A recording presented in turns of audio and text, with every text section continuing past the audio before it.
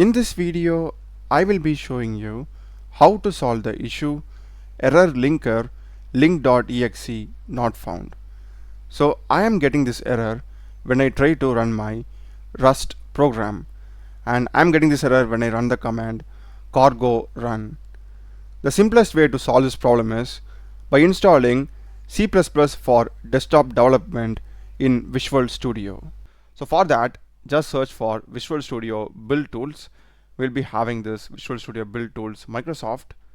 Select here, and here we are having the community download. Select free download, and the setup file will be getting downloaded. And I guess in most cases we'll be already having the Visual Studio installer, but it's fine. You can simply click on this and we'll be getting the Visual Studio installer. Click on continue. So this will basically check if we have any previously installed Visual Studio installer available. So in my case, I'm already having. If you don't have, don't worry, it will automatically install on your system. So I don't want any of these updates. I will just click on close, and here we'll be having the option called as modify. Select it, and here if you just scroll down, we'll be having this desktop development with C++.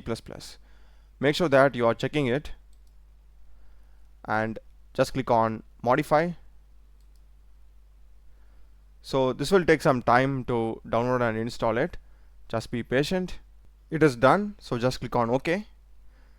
Now we can simply open Visual Studio Code and try running a sample program. We need to create a new Rust project. So for that, the command is going to be cargo space new space your project name. In this case, the project name that I'm going to give is hello_rust. So after you're done typing it, just hit enter, and the project has been created. To run this, first we need to get inside the project folder. For that, cd space your Rust project name. In my case, it is hello_rust. That's it. Now we have checked inside. Now to run this program, we will be using the command cargo space run.